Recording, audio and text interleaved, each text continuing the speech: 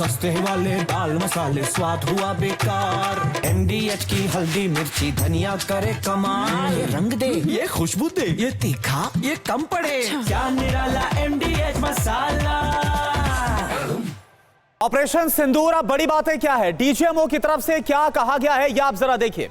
100 आतंकवादियों को मार गिराया गया, यह भारतीय DGMO lieutenant general Rajiv Ghai की तरफ से बताया गया, जानकारी दी गई। 40 पाकिस्तानी सैनिक भी ढेर किए गए हैं। आतंकवादियों को ही निशाना बनाया गया, यह भारत की तरफ से क्लियर किया गया।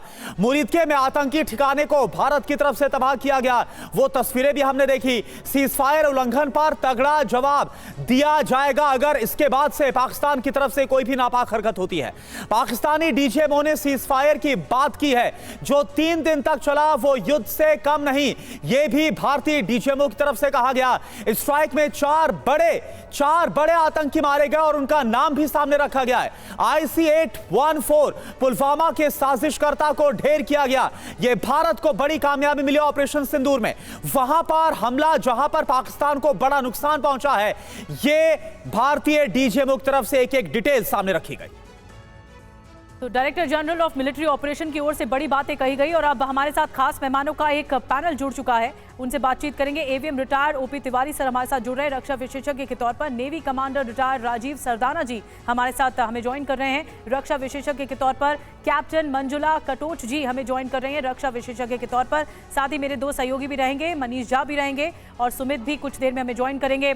मनीष, मैं पहले आपके पास आ रही हूँ। ये बात सामने आ गई DGMO की तरफ से जब कल प्रेस कॉन्फ्रेंस की गई, ये बात बताई गई, ये सबूत पेश किए गए डंके की चोट पर, लेकिन सबसे बड़ा टर्निंग पॉइंट था जब हमने उनके एयरबेस पर हमला किया। ये सबसे बड़ा टर्निंग पॉइंट था और कैसे पाकिस्तान घबराया था कि वो तुरंत चाहता था सीज फायर। बिल्कुल, देखिए पाकिस्तान में एक जगह है सरगोधा, जो आज तक दुनिया नहीं जानती थी, लेकिन आज पूरी दुनिया में इसकी चर्चा हो रही है।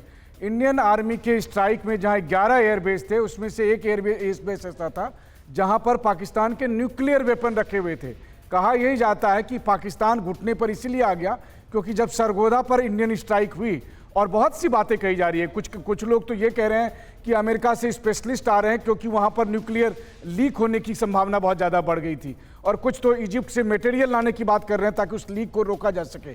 तो पाकिस्तान के लिए समय है कि वो पूरी दुनिया को बताए कि सरगोधा में ऐसा क्या हुआ था कि उसे इतना दर्द आया कि उसने तुरंत ही DGMO के जरिए युद्ध विराम का प्रस्ताव दिया।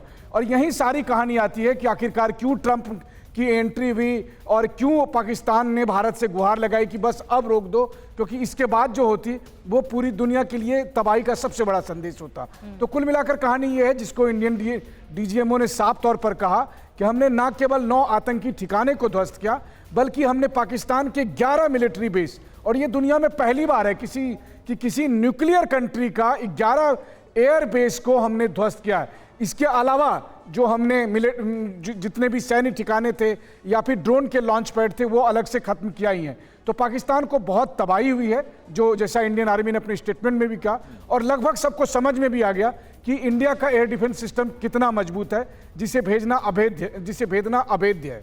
सस्ते वाले दाल मसाले स्वाद हुआ बेकार। MDH की हल्दी मिर्ची धनिया करे कमाल। ये रंग दे, ये खुशबू दे, ये तीखा, ये कम पड़े, क्या निराला MDH मसाला।